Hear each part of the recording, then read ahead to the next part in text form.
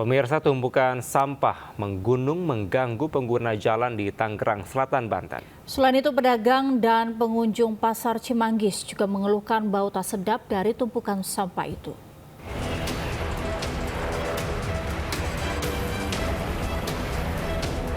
Tumpukan sampah nampak menggunung hingga menimbulkan bau tak sedap di Jalan Otista Raya Ciputat, Tangerang Selatan.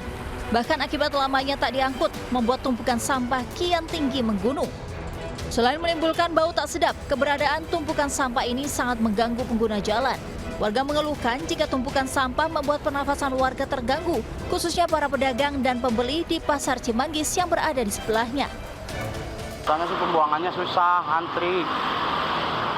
Oh, di tempat pembuangan sampahnya? Ya, jadi dibatasin buangnya.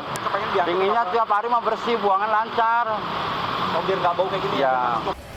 Pihak Pemkot Tangsel sendiri berkilah sudah berulang kali menginstruksikan dinas terkait untuk aktif mengangkut sampah setiap hari.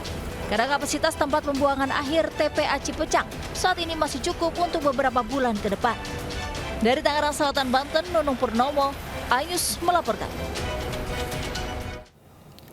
Sementara pemirsa, gunungan sampah melebihi atap rumah warga yang berlokasi tak jauh dari pemukiman padat penduduk di kawasan Marunda Cilincing, Jakarta Utara meresahkan warga. Diduga tempat pembuangan sampah ilegal, warga sempat lapor namun belum ada respon dari dinas terkait.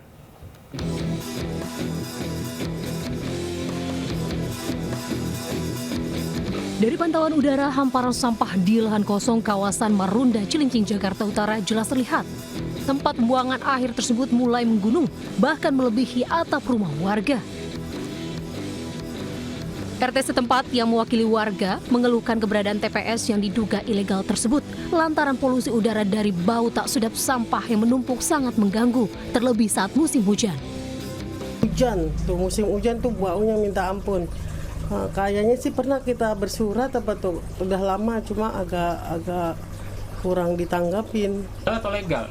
Kayaknya sih ilegal, kalau yang legal mah ya di sana di Bantar Gebang ya. Ya harapan kedepannya ya lebih, kalau memang dia bisa dihilangkan ya kita minta hilangkan. Keberadaan tempat pembuangan sampah tersebut sudah 10 tahun. Warga mencurigai perizinannya karena tak ada yang boleh masuk ke kawasan TPS selain truk pengangkut sampah. Meski telah melapor ke Dinas Lingkungan Hidup Jakarta Utara, namun tak direspon. Dari Jakarta, Sofia Firdaus, iNews melaporkan. Pemirsa, peristiwa tadi sekaligus menutup lintas iNews pagi hari ini. Berita-berita tadi juga dapat Anda baca selengkapnya melalui portal okezone.com. Sesaat lagi Anda bisa menyaksikan serangkaian peristiwa lain di program Jurnal Lintas iNews Pagi bersama rekan kami Anita Dewi. Saya Angelika Devagam. Dan saya Kevin Pakan pamit undur diri. Selamat pagi, selamat beraktivitas. Wassalamualaikum warahmatullahi wabarakatuh.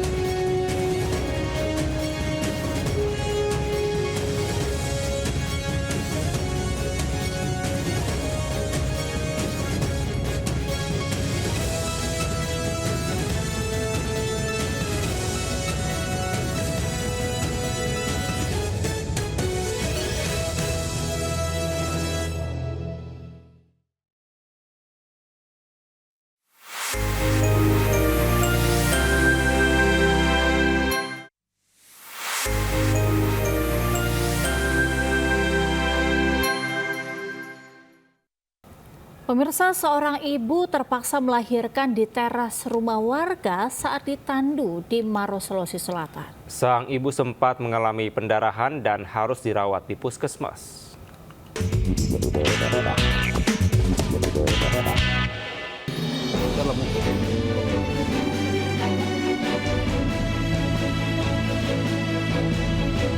Setelah sempat ditandu sejauh 500 meter menggunakan sarung dan bambu, seorang ibu hamil tua, Hasni, warga desa Bonto Somba, Kecamatan Tompo Bulu, Kabupaten Maros, Sulawesi Selatan, terpaksa melahirkan di teras rumah warga.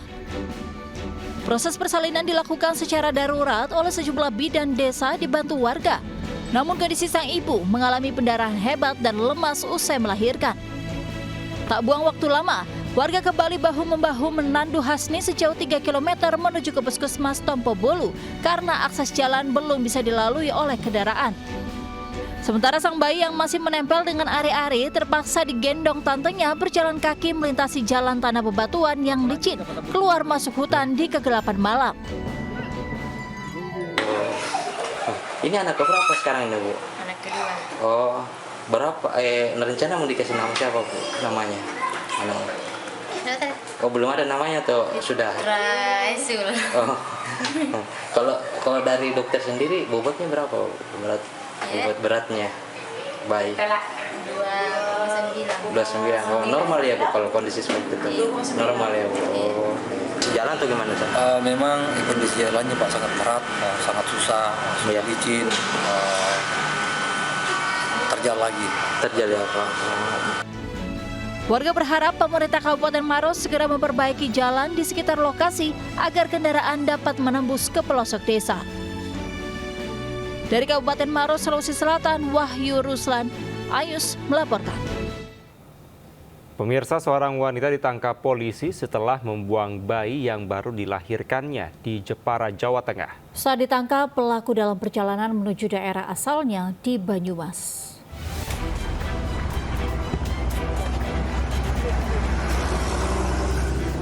Saat ditangkap, buruh pabrik berusia 19 tahun ini berencana kembali ke daerah asalnya di Banyumas. Sebelumnya sempat viral penemuan bayi oleh seorang pemulung di depan gudang pabrik kawasan desa Pendosawalan. Bersama bayi ditemukan pesan pada selembar kertas jika dirinya belum mampu merawat bayi. Kasus ini terungkap setelah polisi menemukan alamat pembeli pada kartu garansi dalam kardus rice cooker tempat bayi dibuang. Saat diperiksa polisi, pelaku mengaku takut ketahuan karena melahirkan bayi dari hasil hubungan terlarang. Dia sendiri tersangka takut ketahuan telah melahirkan bayi tersebut karena bayi tersebut diduga dari hubungan gelap. Bayi yang dibuang pelaku saat ini masih dirawat di RSUD Raden Ajeng Kartini.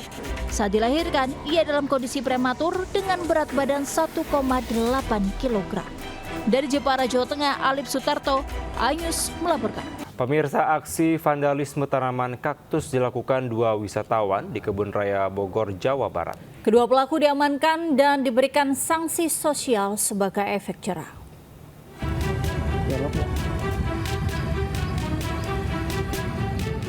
Dua wisatawan asal Bekasi, Susanto Herianto dan Adi, sengaja mengukir namanya di atas tanaman kaktus koleksi milik Kebun Raya Bogor hingga viral.